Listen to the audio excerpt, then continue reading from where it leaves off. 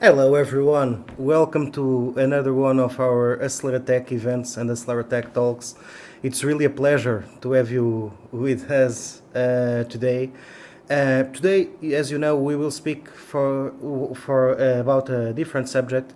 Today, we will discuss a little bit different kind of opportunities and different kind of strategies about the hospitality and the tourism support industry here in Portugal.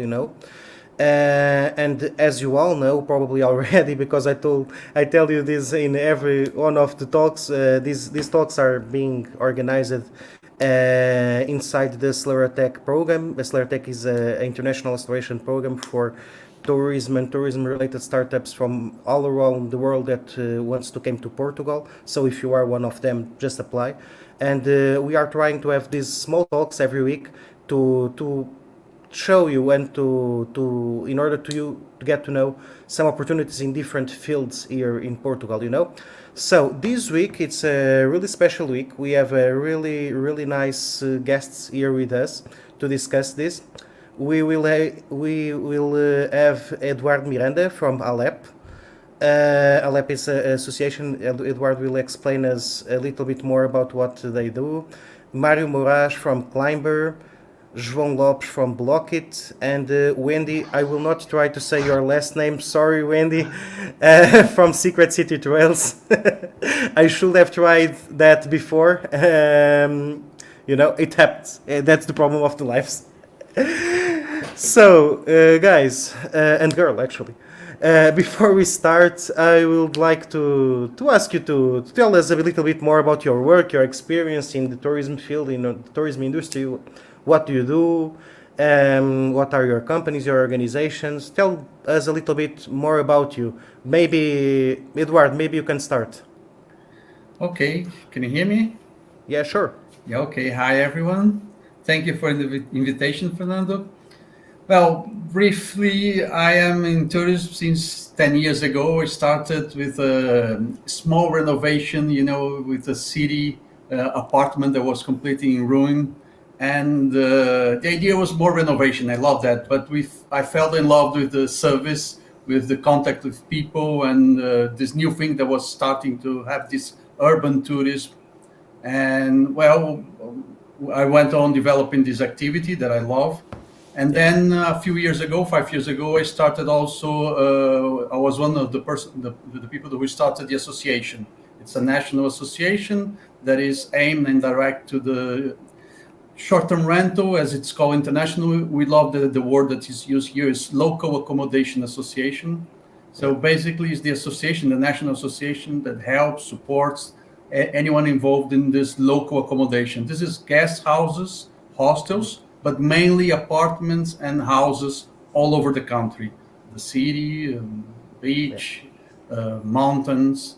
And so basically what we do is we help this all this new ecosystem that is being created with the short-term rental that is much more professional here in Portugal. That's Yeah. completely different from other countries.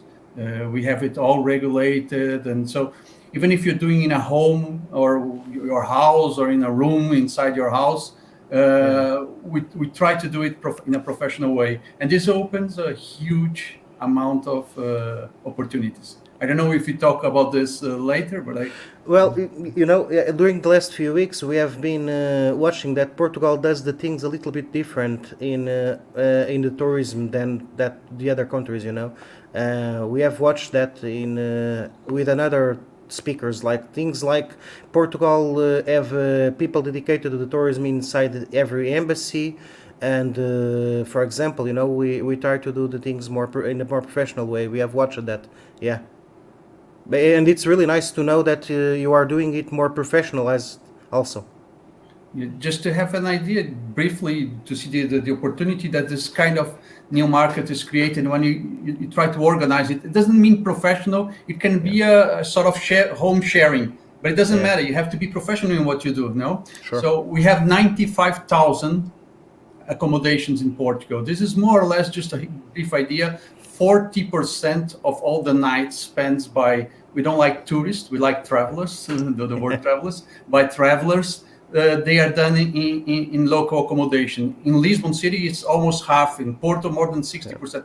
And all this new, this new type of trendy areas, sustainable areas, countryside, nature. Local accommodation is mainly the number one, 70-80% of the night. So, and it's all in line with these new changes that probably I think Wendy can tell about the new trends of experience the city, experience the neighborhood. So this opens a huge opportunity. First, this fragmented market with a lot of small owners. We are almost 35 or 40,000 in Portugal. Needs a lot of things. And all these platforms, all these linking services, they are very useful when you have a fragmented market. And also in the other way, for the travelers, it opens a huge opportunities. We have direct contact with these people that want to get experience. At the same time, I mean, they need also they want to discover themselves. So there are hundreds of new experiences that are being born, different kind of. I think it's a new world that's starting to open here with a lot of opportunities and some challenge also. When we talk about a fragmented small market, it's also not very easy to launch a product in terms of operational and everything. But anyway, I think it's a huge opportunity. Sure, we will talk a little bit about that later. And Mario, what can you tell us about you, about Climber, about your other projects? Thanks for the invite. I'm Mario Moraes. I'm the founder of Climber. Prior to Climber, just to give a bit of context, Climber is my third startup, co-founded in Portugal. I've been running startups and creating startups since 2013. I had previously two other startups also in the tourism scene, one called Travel with Mario, which is still alive. It was digital travel guides for European cities that was competing with American Express and Lonely Planet kind of guides. Then created a second company, shut down that as in the sense as having a team and creating guides all the time, and launched Trip Dashboard, which was a software for hotels. We would aggregate different tourism data and sell it to hotels to tell them when there would be peaks of demand where they could take more opportunities. And then eventually Climber, it's a revenue management software, which is in other words, we implement dynamic pricing into hotels, not yet alojamento local, but we help hotels like airlines changing the prices all the time according to demand and the offer. We do that for hotels as well. And our vision is to democratize revenue management software for hotels, so making it accessible for every single hotel in the world. It's not yet a commodity, it's not yet a system that is widely spread and used. So we are on the process of making it. A team of 10 people based in Portugal, all remote first now after the pandemic. It's very cool to see here in this call good friends and also partners. So for example, just to give you a side project we worked with Eduardo and Alep in beginning last year when the pandemic started. We created within the Tech for COVID umbrella a project called Rooms Against COVID, which was a platform to provide hotel alojamento local rooms and hotel rooms for people, especially doctors, nurses, people that worked in the health sector that couldn't go home because probably they would be more exposed to the virus. They would stay in these rooms for free or for a very cheap price just to cover the costs. And so I co-founded this project, and then we passed it over to the Alep management, which was more structure, more people, more professionalism. So that's just an example of how entrepreneurial Portugal is and how we connect with people and institutions to set up a project that goes live in 15 days and have a massive impact in Portugal. Yeah, sure. Man, I knew the project, and it was really, really, really incredible what we have done in such a short time, you know. It was really incredible, and I think it's an example for the other countries about what the entrepreneurial community could do if they join. And what about you, João? What can you tell us about Blockit?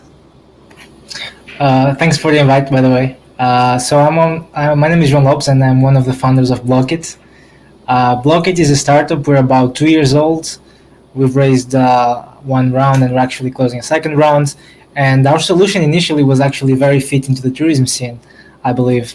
because what we were developing at the initial stage, because we've actually pivoted a little bit over the course of the last 2 years, but our initial concept was actually to develop a system that was similar to the system that you find with electric scooters. So you have a mobile app, and then you find an electric scooter.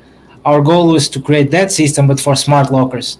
And the reason why we decided to do this is because whenever I was traveling, I felt like I went to a new beach, I went to a new place, I never had a easy way to store my belongings safely, and so we developed Blockit.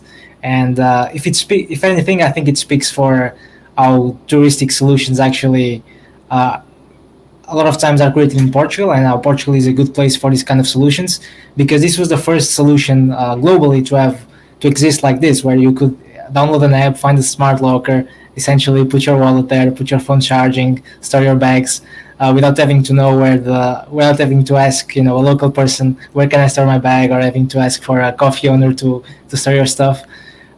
So we did that. Actually, we ended up placing our lockers in some Portuguese beaches around Lisbon. And one thing we realized right away was, even though most of the population around our service was actually local, most of our users were actually international, so travelers. And I think that really showed us also the potential to actually start developing products like this, innovative products that fit the tourism landscape, and why it's interesting to do it in Portugal. Yeah, I know. It's really a nice story. And what about you, Wendy? What can you tell us about Secret City Trails?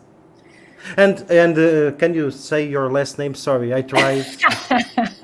Okay, I'll start with my last name. So I am Wendy van Leeuwen.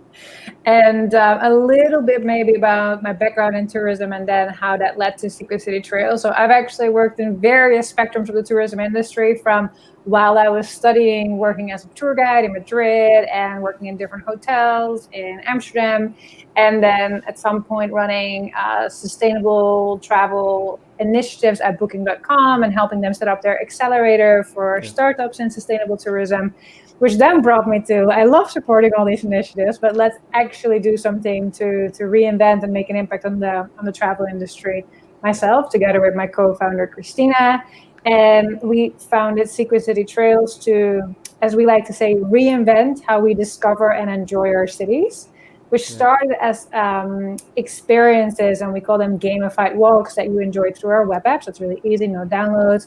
You follow riddles from one place to the next. You unlock stories. You go off the beaten path.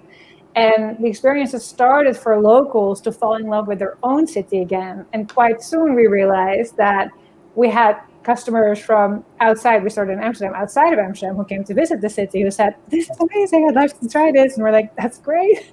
We're having now travelers, as Eduardo also said, travelers instead of tourists, travelers who really want to explore and go off the beaten path rather than tourists like ticking their boxes, exploring with us, and locals.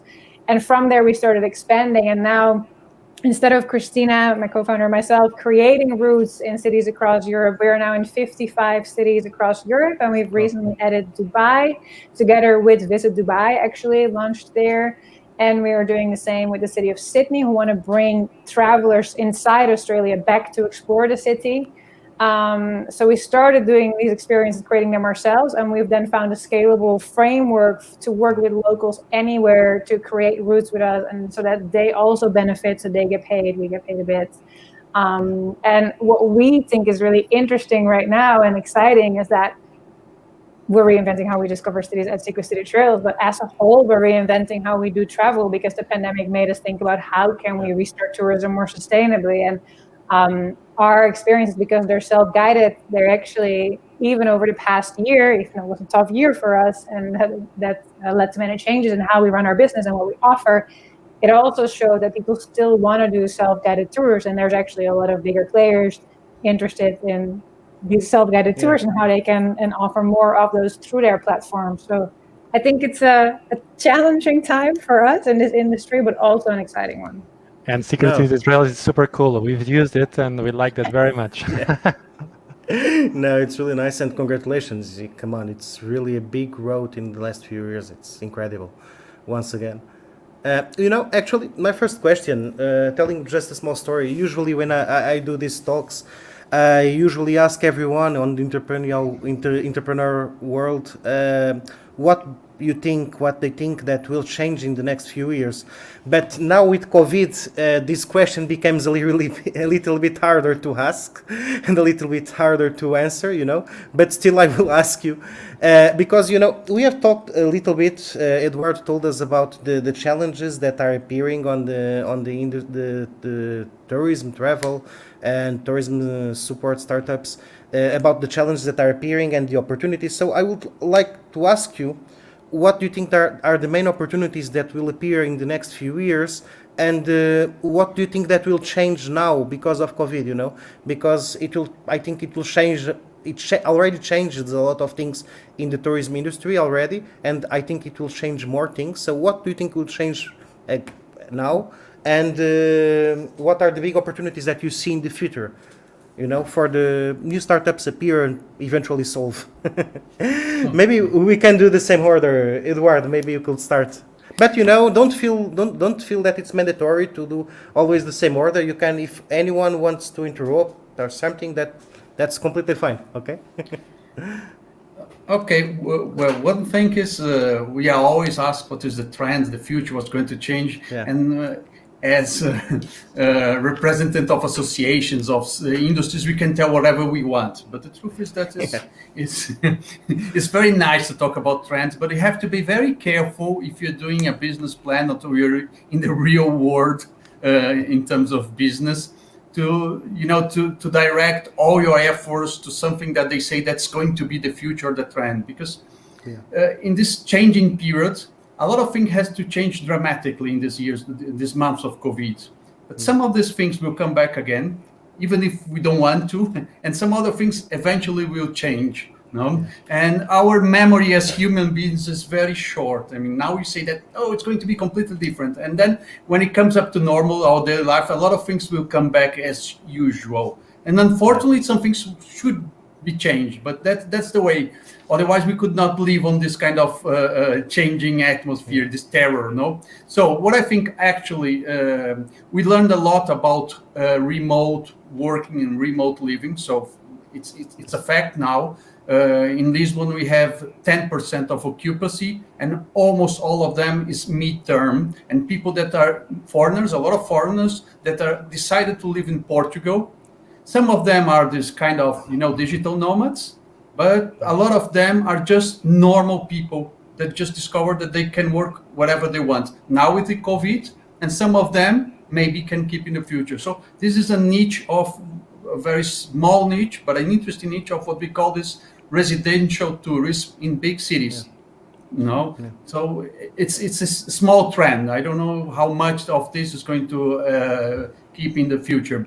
Another thing is sustainability. Everyone talks about sustainability. In all the meetings I have to talk, everyone have to talk about sustainability. All the decision-making people, all the politicians talk about sustainability. All the efforts and all the money that's coming from the European community is all directed to sustainability, but the truth is that most of people don't know exactly what they are talking when they're talking about sustainability. I mean, when you go deeper in this political, especially in this political environment, they come up with some ambiental thing or some energy is nice, okay, it's cool, it's important, also the water. But I think the biggest changes are in the social and economic sustainability, and this is the biggest challenge. And when we're talking about, and I'm my specific industry that all over the world is, accused of putting higher the prices of housings, and it's something that we have to manage. Fortunately, we have a different regulation here in Lisbon and Porto, and I think this relation of tourists with the local community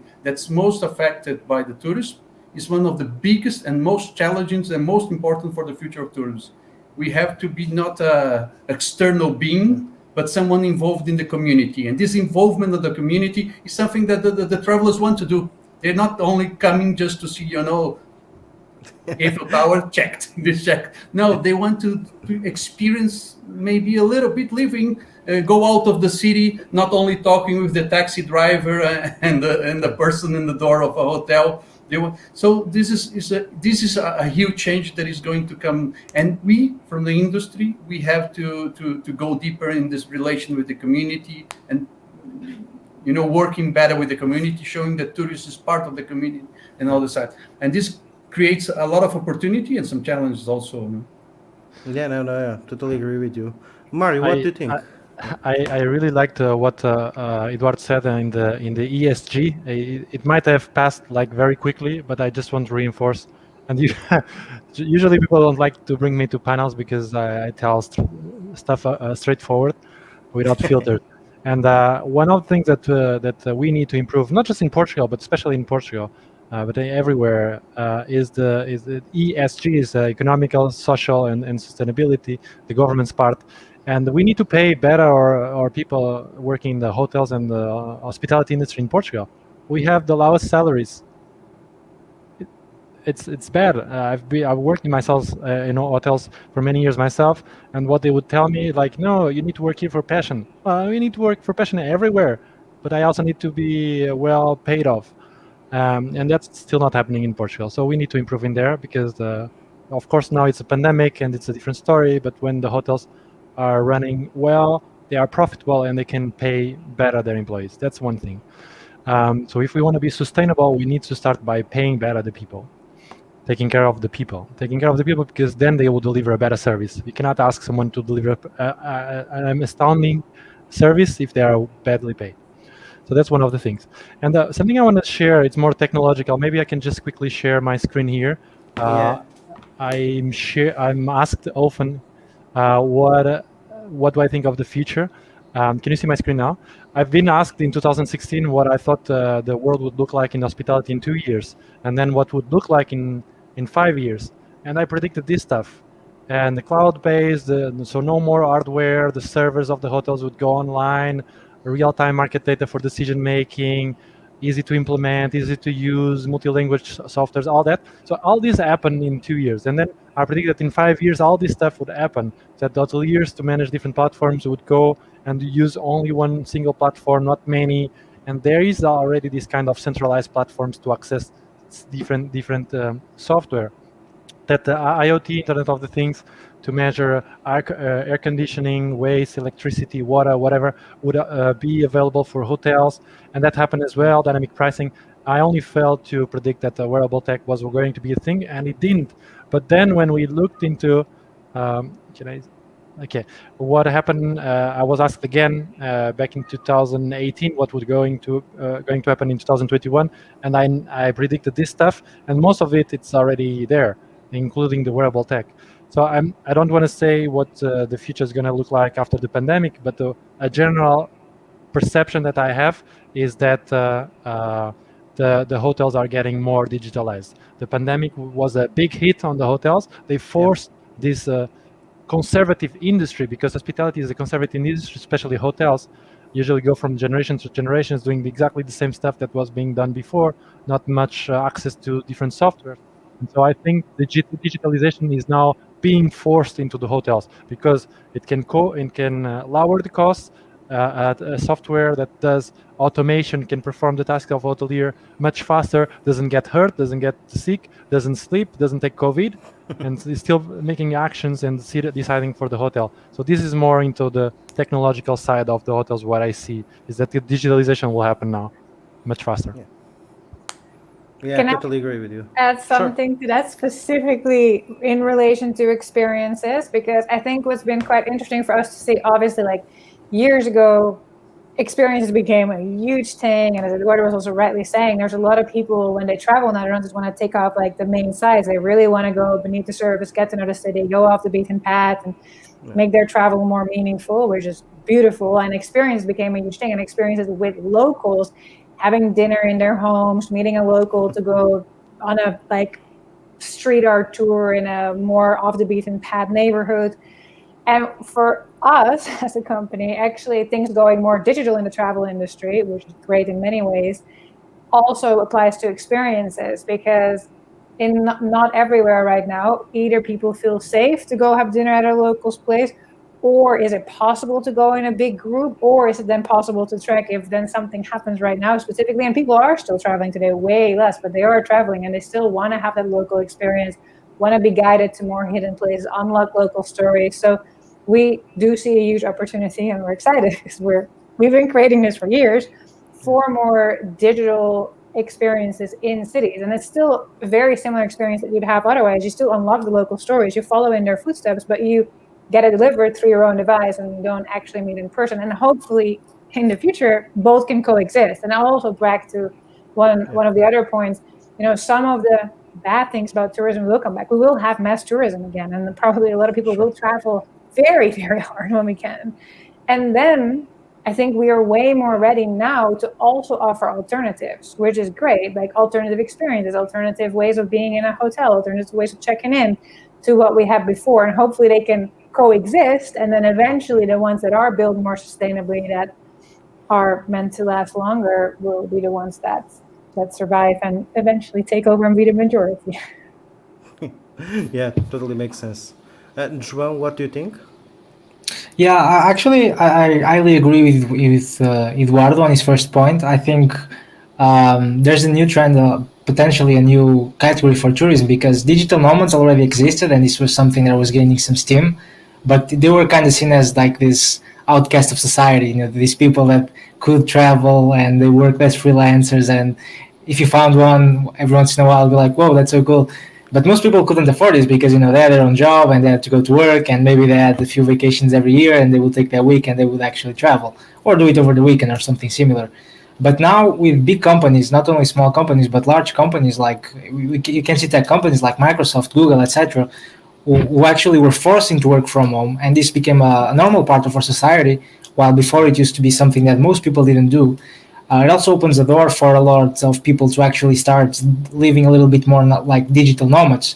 I'm not saying everybody's going to be a digital nomad because that doesn't fit, but the percentage of people who can now do it is much higher than the ones before. And I think that also probably presents a trend that might be interesting for the tourism sector. And do you think, I'm just curious, I think it will, but do you all think this will last? Because as you're rightfully saying, like actually a lot of companies already announced we'll be working from home, you can stay working from home even after we can come back to the office. In some cases, that doesn't mean you can work from other countries because there's legal reasons for that. But in many other cases, it does mean that. I mean, as a startup, we're based in Portugal, but we also went remote and we don't plan to come back to the office necessarily. I don't plan to come back to office anymore. Yeah. As a startup. But I think a great question here, it's not just about startups, it's about the big companies also. Exactly. So because I see it happen, I can see it happen on startups because the startups are getting bigger now and are creating more teams. I think the one also another interesting question is about the big companies, if they will do it also. Some already announced it. Oh, go Mario. Well, yeah, several of them announced it, and I think it's related with the more time we spend in quarantine isolation, the more these will likely happen. Why? Because usually the obstacle for this decision is the leaders of the organizations. So they just need to get used to it. If you, as the CEO of the owner of a company, spend more time in home and manage your kids and manage your tasks without having to go to the office, you just get used to it, and then whenever someone will come to you and ask, okay, can I work from home instead of going to the office, you will likely accept it easily or more easier than before. And so I think the longer we stay in the COVID, the better for the remote work. And then what we need to worry on hospitality is what are we going to do with the business offices in the downtowns, because then they will be empty and there's all of a sudden a space to build something else. Maybe greenhouses to grow plants or whatever, so we can reduce the carbon footprint to deliver it to the hotels, for example. Instead of coming from China, we can just grow it in our cities. Yeah, but don't confuse the digital environment, the startups, with a lot of the other real industry, very basic work, because this need presential work. I mean, the slow movers. Yeah. I think there are some kind of activities that you still need this, in place work, and there is a lot of part of motivation. There is a lot of part of socialization in the work that is done face by face too. And there are some typical activities that they can be done mostly or part at home or in a remote, and maybe this is accelerate in Europe, because in the States it's quite It's normal. One working in one side and the other side, and if you're working in marketing, you don't need to be every day with someone there. But there are many activities, like in a hotel, they need to be there. Most of maybe some part of the staff, no, but a lot of part of the operational, they have to be there. So I think it's going to accelerate, but it's not going to change everything. It's going to accelerate some things. And we need this human contact at work also. It's part of the routine. And it's nice when you're young also, but ask the people that have small children at home, what is working at home. If you don't have 3 rooms with office, it's also a chaos. So there are some real parts also. So I think some things are changing, but not saying that the difficult part is this is the trend. This is going to, the whole world is going to this. And this is very dangerous for the business also. If you're doing a business plan, and you bet everything in some change that nobody really knows what's happening, you may kill your project. I mean, I think that's a really interesting point, Eduardo, because I think if we've learned anything from last year is that building a strategy and like following it rigidly has no use anymore today. Because we don't know like immediate like environmental, like societal situations, we don't really know. So we have to be super adaptive. So I think the way we do strategy these days is already completely different from how it was until a year ago. And that's also a great opportunity, because hopefully also more traditional organizations will be able to react faster to changes than they were before. Yeah, sure. João, do you want to add something, or? Yeah, I think the big company argument is actually quite interesting. But the thing, I think COVID sort of, I mean, remote work was going to appear anyway, right? Like people were starting to do it. The startups that are starting now, this was very frequent for them. And they also usually have a very strong product development workforce, which if we're talking about tech, designers, etc., it's much easier for them to work from home. And I think from my experience, people who work in tech and developers, they actually rather work from home anyway. But you know, in the future, these startups that are starting now would actually be a lot of large companies that we have today. So everybody knew that in 20 or 30 years, work from home would be bigger. What actually happened with COVID, I think, is that it speed up like dramatically in a way that no one could expect for big companies, because all of a sudden they were literally forced to have people working from home. And I think that's like the interesting factor, because working from home was already being a practice. And from the startup founders that I know, it was already common for one of the people or more the technical people to, if they wanted to work from home, they would, and that was not an uncommon thing. But for a large company to have somebody working from home, that was like, oh, is he sick, or you know, does he have the flu? Can't he come to the job or something like that? But now it's frequent, and I think that's where it really sort of broke the ice in a strong way. That without COVID, I think it would take like really long, a lot of time. Like, so. Yeah, no, sure. Yeah, actually, we are getting a little bit out of time, and this is not about tourism industry itself, but just like in a really quick answer. Some time ago, I have seen a study that told that maybe this would bring us another problem. That is the same way that today we watch the tourists, and some people say that they are making the prices of the homes get higher and all of that. That eventually, with more people working from home, and it will give the companies the opportunity to hire someone from cheaper countries, you know, and it will bring us another problem, that we will bring us a lot of national companies that actually are just hiring people in poor countries where the engineers are cheaper, you know, and then you will at some point start to have like a Portuguese company with just Indian guys, for example. And I don't know if it will happen, you know, but it's something that it's already happening. It's already happening, Fernando. You see Zurich, the big insurance company, they found out that their main competitor from Switzerland, instead of paying 5,000 euros for a developer or 6,000 net, was paying someone in India 700, 800 euros. And they started doing it as well. So it's already existing. It's not something that is about to come. Yeah, no, but now the companies discover that they can do it really. They can really do it, you know. That's not just an option for some cases, that somehow they can adapt more jobs to do it. And maybe it will change some things. Yeah, it's becoming mainstream. Until And before COVID, we didn't have. I don't think that the managers of the big companies really watch like the working from home, at least in Portugal, the same way. And now they see, okay, if I I mean, can do it during the confinement, I can do it with people from another countries after the COVID. there's two sides to this, right? Because in a way, it's like creating opportunity for people that didn't have access to those kinds of jobs. That's maybe actually a great thing. It's a more global economy. Exactly. So if we're talking about socioeconomic development, there's Yeah. potentially some positives as long as it keeps divided. And then, but I'm a very optimistic person, I like to believe that we're also learning that we do really need to take care of our people and the planet way better than we have before. So I'm also, Yeah.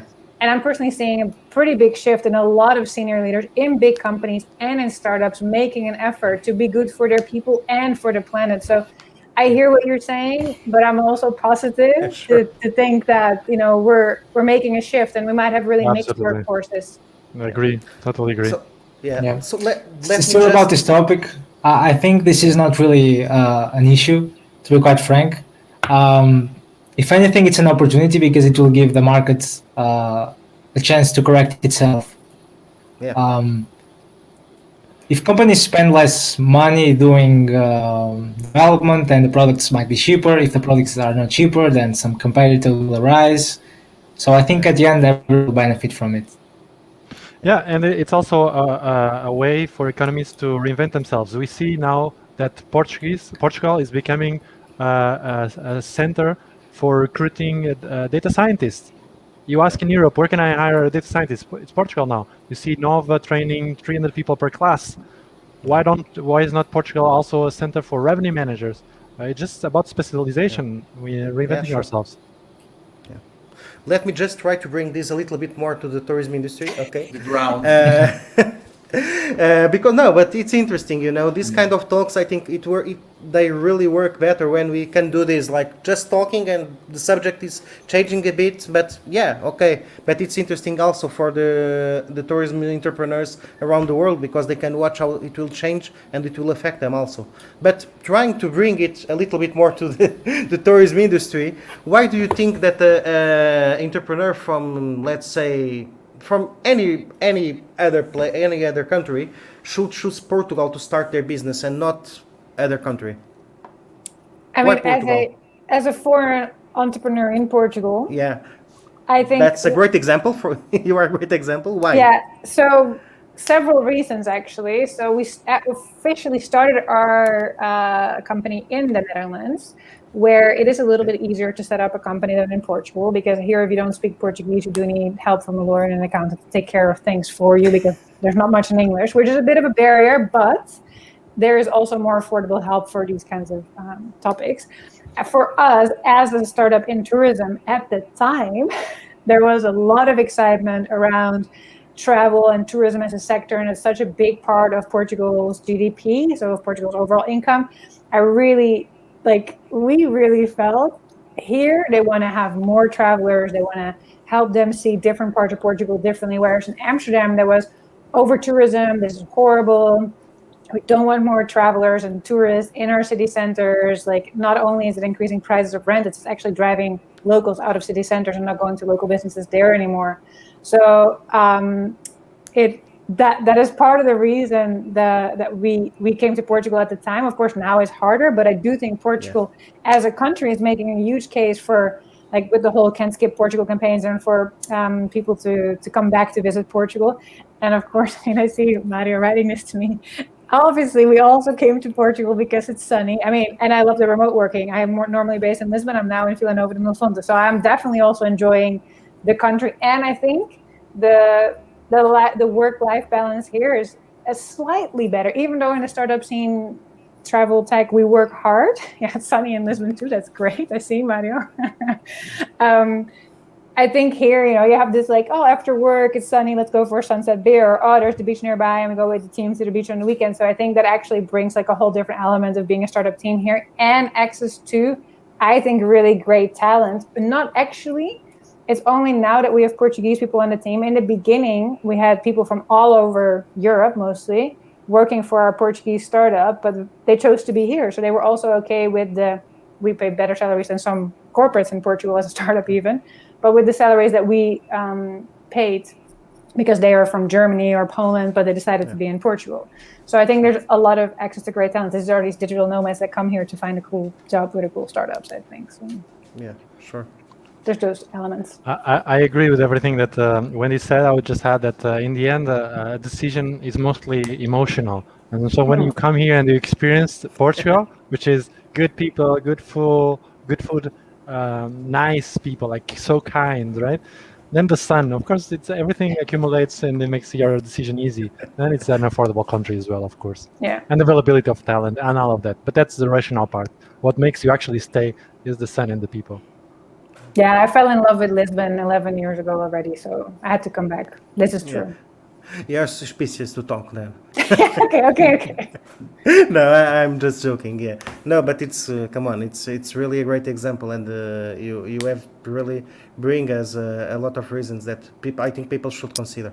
There is one more actually, the access to some specific funding, because here compared to in the end, even though we raised funding from European funds, not necessarily Portugal-based ones, but we do feel that here it was more possible to find and apply for Portugal 2020 and these types of grant funding things that in the Netherlands didn't even exist for the travel industry. So that was quite interesting because here it is a focus.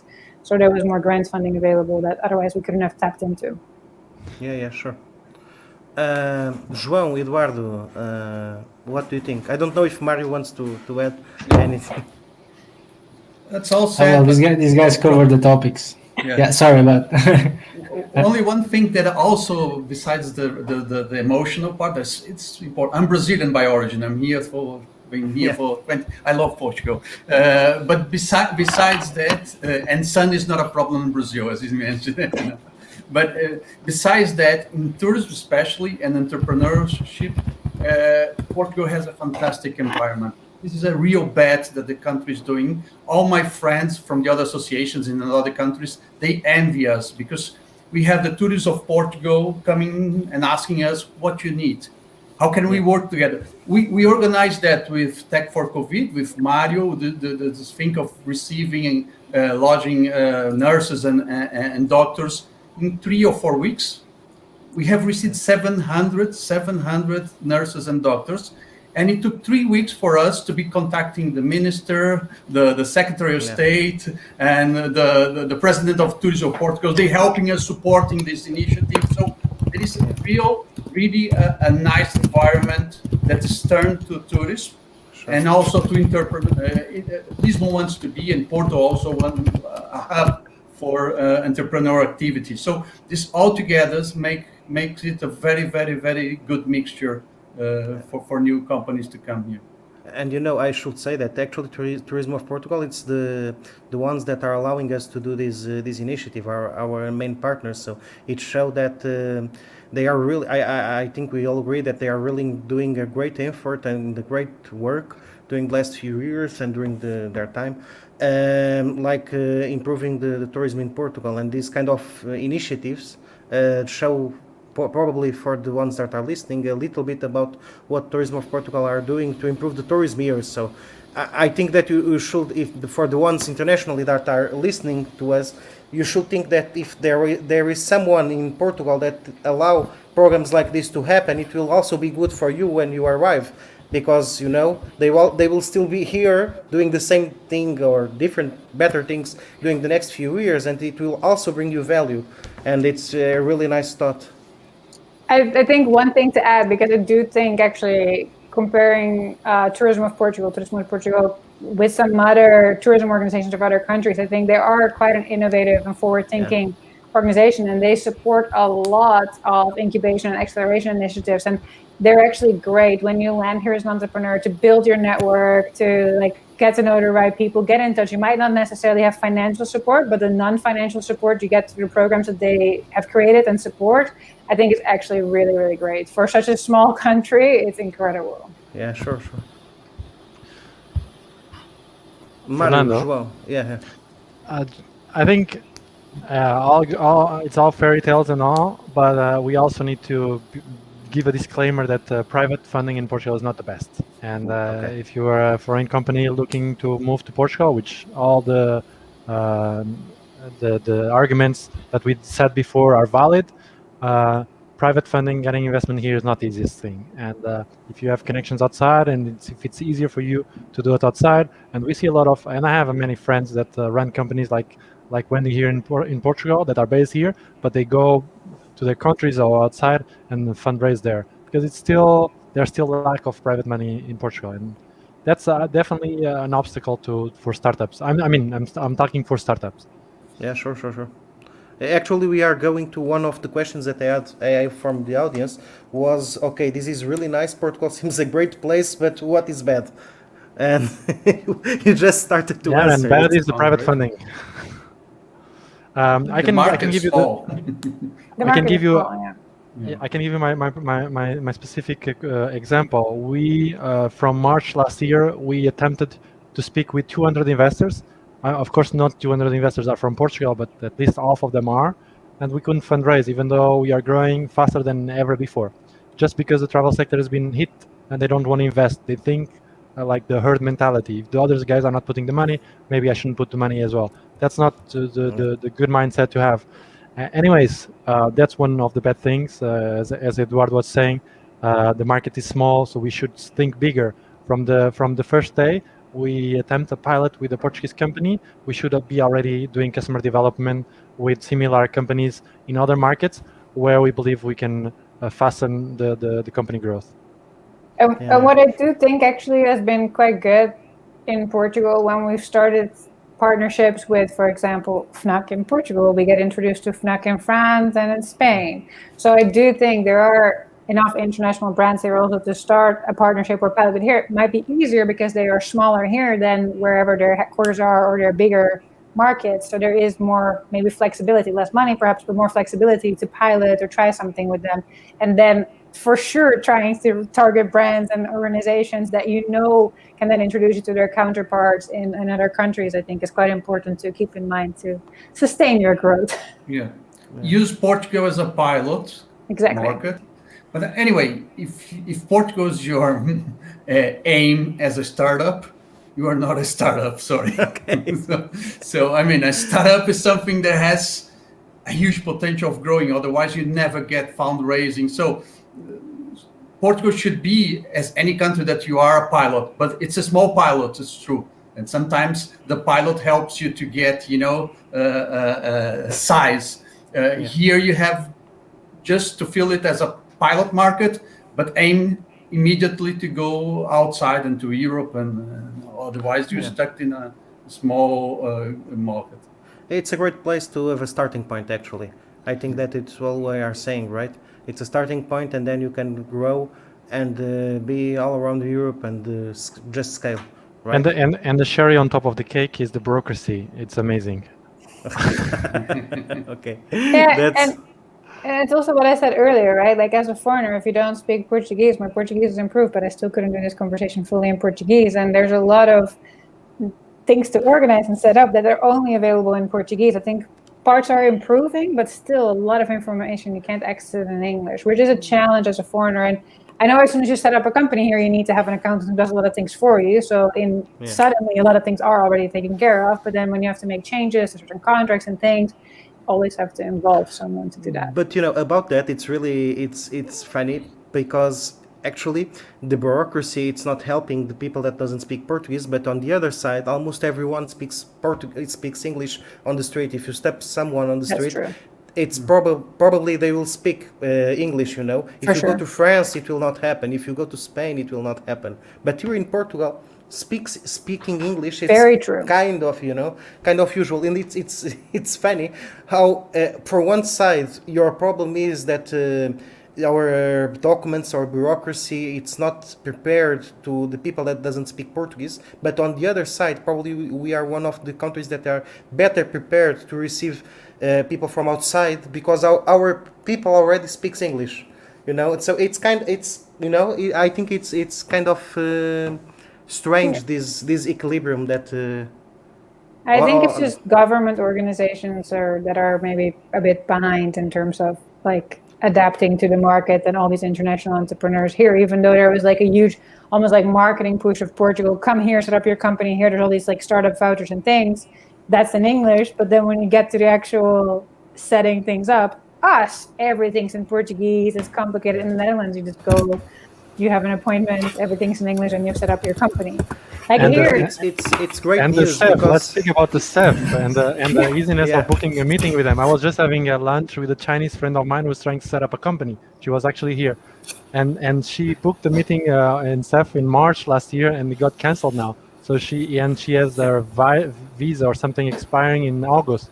She doesn't know when to book again. So again, that's something again to consider if you are non-European. yeah. But if you had to India. choose between a country where almost everyone speaks English and the documents are not translated, or a country where all the documents are translated but no one speaks English, I think that we are in the right place, because it's easier from now on to just doing what we are doing now, that it's trying to translate the process and all of that, because our people are already educated, than doing the opposite. So I think that it's not so bad. It's a great No, for news. sure. It's great news because we are in a good place. There will always Now be it's- someone to help you, for sure. Yeah, exactly. Now it's the easiest part. If it was Yeah. the opposite, it would be really harder. No, and this is Uh, also what I think is great about these incubators, right? Whether they're supported by Tourism of Portugal or not, like a lot of them, once you're part of them, they have a lot of these documents, like Startup Lisboa, for example, that we're part of. A lot of things are translated, or people like Mario who are like super helpful to the community. Like, hey, I've already done this. Here's a process. Here's how you do it. So I think there is a lot of that access, and that's also what brings us to the point of the people in Portugal are so wonderful, which is a great reason to be here. Yeah, I have another question here actually. Maybe I will ask João to start to answer first because the connection have gone down. And, so the question is if you think that the Portuguese business owners are prepared to receive startups and to receive innovation from startups. I think that the question which means it's the traditional business owners in Portugal are prepared to hear a pitch, make a pilot, and try to start some innovation from outside that it wasn't made inside his business? We're talking about small businesses, small business owners. I think this is a question from the audience and it wasn't clarified, but this question is appearing in a lot of talks, I think that almost every talk we organize, this question appears because I think that we are kind of famous for not... for not receiving, for our business owners are really traditional. I don't know, but this question is appearing. Well, maybe it's just one person that is really concerned about this, it could be. I don't have a clear answer. I've had both experiences, I've had people who are very traditional, conservative. They won't even talk about, they don't even care, they don't even listen to you. And some other people are just willing to do it. So at the end of the day, I'm not sure if there's any differentiation between Portugal and other countries in that regard, at least from my experience, but I could be wrong. Yeah, okay. I totally agree. I can also say this very briefly. Like here, we're working with Mail, we work with Time Out Portugal, we work with other companies, and with Fnac we worked here that were really open to innovating, trying something new. And then we speak with other companies where it's a huge process, 5 different people or 10 different people, 20 different people need to be involved. They have big approval cycles, and it's the exact same thing in other countries. Sometimes there's an innovative organization or that has a team. It's also finding the right team to work with. Like which organizations want to work with you is around which ones have maybe an innovation team or a new product team that are actually looking to work with startups. Other organizations that don't have a department like that might be a bit harder. And I see many bigger companies in Portugal have those kinds of teams and want to do partnerships and want to innovate, and then you see the ones that don't, but that's not very different in other countries. I think large organizations are slower, and we can help them to be faster by working with them even, which is great, I think. Yeah. Eduardo, Mario, any final thoughts about this? No, I didn't even understand the question because business owners, No, I think that the point is... on the market you're working with. We have a lot of consumer base in these startups. The public is mainly the clients, like this trail, like this lockers. We are talking about the final consumer that they are not even Portuguese, they are international. So I think you are the one who decide who is your public. If you're going to the small business traditional small business. Usually small business are traditional, most of them. And if you go to the retail, basic, traditional, you're getting traditional people everywhere in the world. But then you're trying to innovate in a very traditional area. Good luck. It's not going to be easy. But then, so it's you who decide your market and your target. So I didn't understand very well this, but there are a lot of people, especially consumers, that want to try different things. A different point is making money with this. If they want to try and pay, that's another hour we can talk about there. Yeah, sure. I just want to add something in there. It's just to complement what Wendy was saying. I think business owners, CEOs, whatever, people that have big companies, and they are willing to talk to you, which is one thing. They are curious to hear what your startup is about. They will take you in for a meeting. Then a completely different thing is, are you actually able to implement this with the company? Is the sales cycle enough for you to be able to stick to it? And this is a completely different thing. And that's what where it gets challenging, because curiosity, there's a lot, but then by experience, sometimes it takes a lot of time, more than what is suitable for the company. Yeah, sure. I think, but I also agree with Eduardo. It's all around the world. I think it happens everywhere. But yeah, sure. Fernando, I actually need to drop out. No. Actually, the time really goes faster when we are having fun. It was the last question. Mario, thank you very much. You can go out if you want.